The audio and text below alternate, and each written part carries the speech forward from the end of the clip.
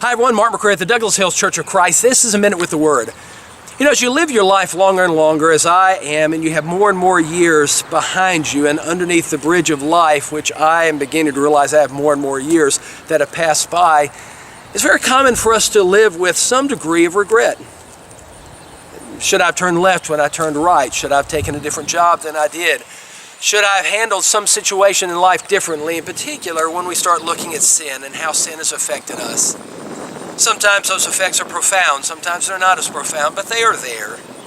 And we begin to wonder, what would life have been like had I done something differently? I guess to some degree, regrets are normal.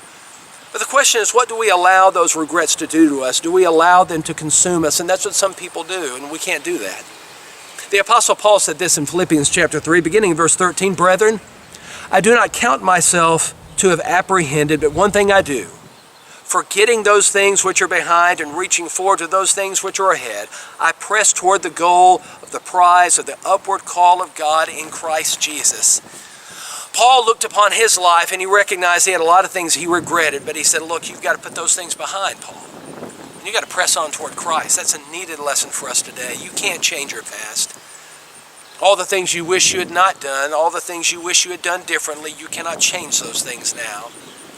But what you and I can do is forget about them and live in the moment, live the way we need to live right now, and focus on Jesus Christ and make sure we do that going forward every day. Boy, what incredible hope that gives us. That God is a forgiving God and He forgives us of the mistakes that we've made if we press forward toward Jesus Christ. That's this week's Minute with the Word.